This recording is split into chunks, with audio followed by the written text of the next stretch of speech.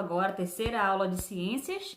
Nós já vimos 2 conteúdos nesse bimestre, mas ainda vamos continuar trabalhando características gerais dos seres vivos, tá bom? Hoje a gente vai falar sobre ciclo de vida dos seres vivos e sobre reprodução. Esse será o nosso tema hoje, tá bom?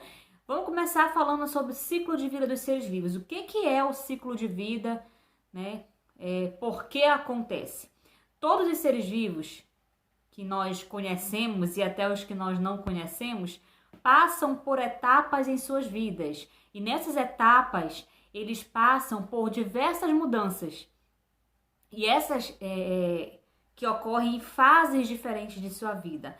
Eles nascem, eles se desenvolvem, eles crescem, eles se reproduzem e eles morrem. Ou seja, todos os seres vivos nascem, crescem, reproduzem-se e morrem, né? Essa frase é uma frase assim, que a gente ouve muito lá nas séries iniciais, quando a professora de ciências, a professora ela tá falando sobre esse tema, sobre esse assunto, né? E para crescer e se desenvolver, esses seres vivos, eles precisam retirar substâncias do meio e que eles vão utilizar para vão transformar, na verdade, essas substâncias que eles retiram do meio em uma série de outras substâncias que vão ser utilizadas para que eles possam se desenvolver, vão ser utilizadas na construção do corpo desses seres vivos, né? Isso aí, então, é algo que nós temos que ter em mente, como esse ciclo de vida ocorre, que nós inevitavelmente passaremos por diversas fases ao longo de nossas vidas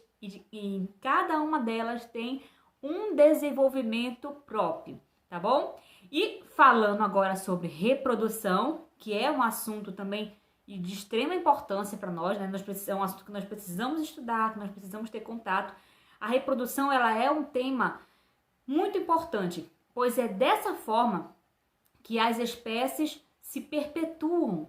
As espécies vão se perpetuar, vão passar o seu material genético de uma para outra através do processo de reprodução, tá bom?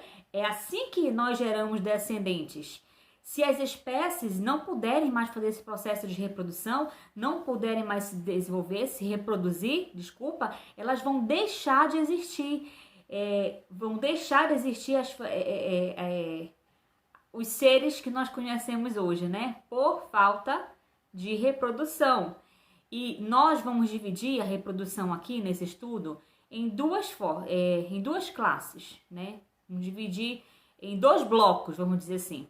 Reprodução assexuada e reprodução sexuada, tá bom? A reprodução assexuada, que é a primeira que nós vamos falar, nesse tipo de reprodução, gente, não há troca de gametas.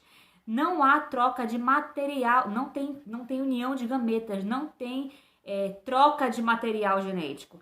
Todo ser vivo tem material genético, tem DNA em sua composição, dentro do núcleo de sua célula, tem cromossomos. No caso da reprodução assexuada, que a gente está vendo, que é a que nós estamos estudando agora, não tem troca entre seres vivos diferentes, não tem troca de material genético entre seres vivos diferentes. O que vai acontecer? A reprodução vai acontecer em que um indivíduo é suficiente para se reproduzir nesse tipo de reprodução, né? E por isso a reprodução assexuada é uma reprodução mais rápida, né? Eu não preciso agora ficar escolhendo, procurando, esperando a pessoa perfeita, o ser perfeito para gerar descendentes. O ser vivo decide se reproduzir e ali se reproduz. A reprodução sexuada, que é diferente dessa, é uma reprodução que tem uma vantagem. Porque nessa reprodução existe troca entre diferentes seres vivos, né? Vai ter aí, então, uma variabilidade genética, uma grande variabilidade genética dos descendentes. Eles não serão todos iguais. E isso é bom nós sermos diferentes, é bom os seres vivos serem diferentes, por quê? Graças a essa diferença que existe entre os seres vivos, não só da espécie humana, mas também dos animais, das plantas, é que eu tenho seres que se adaptam melhor ao ambiente. Já pensou se todo mundo fosse igual, né? Seria um grande problema se todos nós fôssemos iguais. Porque se viesse uma catástrofe, ia atingir todos os seres vivos ao mesmo tempo. Não ia ter um que ia sobreviver. Como nós somos diferentes, alguns têm capacidade de se adaptar melhor do que outros. Então, uns sobrevivem melhor a determinadas circunstâncias do que outros. Isso é um ponto positivo para a reprodução sexuada. Essa questão da variabilidade genética. Professora, me explica assim de forma bem simples o que é isso. É simples. Vamos supor, o ser vivo tem um material genético dentro de suas células. As células reprodutoras têm a célula reprodutora da mãe e a célula reprodutora do pai. Esse material genético da mãe e do pai vão se unir. Então, gerando um outro ser vivo diferente da mãe, diferente do pai e ao mesmo tempo com características semelhantes com a mãe e com o pai. Se você for ver na sua casa, se você tem um irmão, né, ou observar uma família, se você não tem irmão, mas se você observar uma família onde tem irmãos, você vai perceber que existem irmãos do mesmo pai, da mesma mãe, mas que são muito diferentes entre si. Tem características diferentes, tem gostos diferentes. Professora, e os gêmeos, né? Os gêmeos são iguais. Como a senhora explica essa situação? Os gêmeos, por mais que eles sejam idênticos fisicamente, mas eles têm alguma coisa que diferencia-os um do outro. Eles não são completamente iguais. Uma prova disso é a nossa digital, né? A nossa digital é diferente. Não existe nenhuma digital igual a outra, nem dos gêmeos. Então, nós somos seres diferentes, graças a essa variabilidade genética que é permitida pela reprodução sexuada, né? Mas vamos tentar entender agora quais são os tipos de reprodução que existem. A gente vai começar estudando os tipos de reprodução da reprodução assexuada. A reprodução assexuada pode ocorrer de algumas formas. Um dos tipos de reprodução assexuada é a reprodução por bipartição, também chamada de divisão binária ou de cisparidade. Sim, são 3 nomes, mas que significam a mesma coisa. O que acontece nessa reprodução por divisão binária? Um ser vai duplicar seu material genético e vai se dividir em 2. Nessa divisão, agora, depois dessa divisão, nós vamos ter 2 cópias, tá bom? Por exemplo, as bactérias, elas fazem essa divisão binária. É uma reprodução rápida, é uma produção que não precisa procurar um par para se reproduzir, ela mesma vai fazer. E as algas, algumas algas também realizam esse tipo de reprodução por divisão binária. O ser vai se dividir em 2, vai duplicar seu material genético e dar origem a outros indivíduos idênticos a ele, tá bom? Isso na divisão binária. Mas nós também temos outro tipo de reprodução assexuada, que é chamada de brotamento. O que seria isso? Um indivíduo adulto começa a desenvolver um pedaço do seu corpo, uma parte do seu corpo começa a se desenvolver.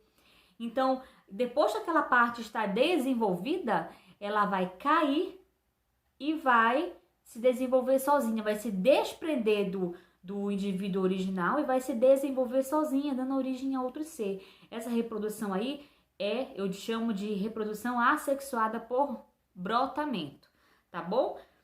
A terceira reprodução assexuada que eu quero comentar com vocês, trabalhar com vocês, é a reprodução por fragmentação. O que seria isso, gente? É quando um ser vivo sofre um corte, é cortado ao meio, ou em 3 partes, ou em 4 partes, e cada pedacinho desse ser vivo consegue gerar outro ser vivo. Tenho 2 exemplos para dar para vocês, que seria da planária, né? A planária é um plateuminto, a gente vai estudar isso mais para frente, e a estrela do mar. Você pode dividir a planária e a estrela do mar em várias partes e cada pedacinho vai dar origem a um novo indivíduo, idêntico ao anterior, né? É um exemplo de reprodução assexuada, porque eu não preciso ter 2 planárias, uma fêmea e uma macho, para se reproduzir. Uma única planária, ela se divide sozinha se ela for cortada em vários pedaços, né? E o quarto tipo de reprodução assexuada seria a reprodução por esporulação. Como acontece isso? Um exemplo disso aí são os pães que ficam mofados com bolor, né? Que fica aquela coisa esverdeada. A laranja seria um outro exemplo. Quem nunca achou uma laranja apodrecendo, meio esverdeada?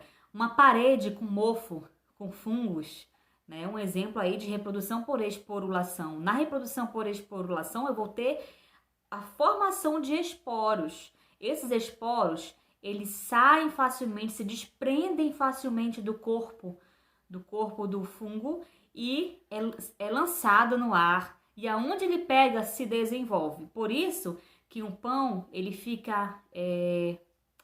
se tiver uma fatia de pão com bolor, com fungo, vai passar rapidamente para as outras fatias de pães. A mesma coisa a laranja. Se eu colocar uma laranja com fungo no meio de outras laranjas, vai passar para essas outras laranjas, né? A parede tá uma manchinha ali de fungo. Se você não cuidar, não tratar ali, depois de alguns dias, eu tenho uma parede tomada, cheia de fungo, né? Então, o fungo, ele se reproduz e ele, por reprodução assexuada, e é uma reprodução muito rápida, tá bom? Trabalhamos, então, 4 tipos de reprodução assexuada. E agora a gente vai falar sobre alguns tipos de reprodução sexuada. Dentro desses tipos de reprodução sexuada que eu vou citar para vocês, eu vou trabalhar com mais detalhes. Uma, que é a fecundação, e as outras eu só vou citar, porque eu acho que dá pra gente trabalhar com mais propriedade mais lá na frente, quando a gente estiver estudando os seres vivos, a classificação dos seres vivos, né? Por enquanto, vamos ficar só com uma. Um dos tipos de reprodução sexuada é bem conhecido nosso, que seria a reprodução por fecundação. Quem não conhece vai passar a conhecer a partir de agora, porque a gente vai falar muito sobre isso durante esse ano, em quase todos os assuntos que nós formos estudar, né? Então, a fecundação, gente, o que é? É o encontro do gameta masculino, chamado de espermatozoide na espécie humana e de animais, com o encontro do gameta feminino, chamado óvulo. Eles vão se encontrar, o óvulo com o espermatozoide se encontra, no caso dos animais, né, dos mamíferos, dos animais, dos seres humanos, e nas plantas, esses gametas vão receber um nome diferente. No caso aí, o gameta masculino nas plantas é chamado anterozoide, o gameta feminino nas plantas é chamado de ovócito, tá? Esse tipo de reprodução é uma reprodução sexuada, e para que ela ocorre, é preciso ter o encontro desses gametas. Nesse encontro, eu junto gametas sexuais feminino, masculino, e vai rolar aí, vai acontecer uma fusão, uma união do material genético desses gametas, né? E aí vai ser gerado um novo ser através que eu falei agora há pouco, variabilidade genética, né? O ser que vai ser gerado não vai ser idêntico à mãe, não vai ser idêntico ao pai, vai ser único, porém vai ter sim algumas características do pai, vai ter algumas características da mãe. Isso aí é algo magnífico que nós só encontramos aí na reprodução sexuada, tá bom? Na reprodução assexuada, os indivíduos vão ser idênticos ao pai e à mãe, os indivíduos gerados vão ser idênticos. Esse encontro, gente, que vai acontecer entre espermatozoide e óvulo, entre o gameta feminino e masculino, pode ocorrer dentro da célula, dentro do corpo, e pode ocorrer também fora do corpo. Aí são outras questões que nós vamos também trabalhar depois com vocês, tá? Então, outro tipo de reprodução sexuada, além da fecundação que eu acabei de falar, seria aí a autofecundação. É quando um indivíduo se fecunda sozinho, se autofecunda, tá? Nós temos aí esse exemplo. Nós temos também o terceiro tipo de fecundação assexuada é a fecundação por cruzamento. É um terceiro tipo. e tenham a patenorgênese e a neotermia, tá?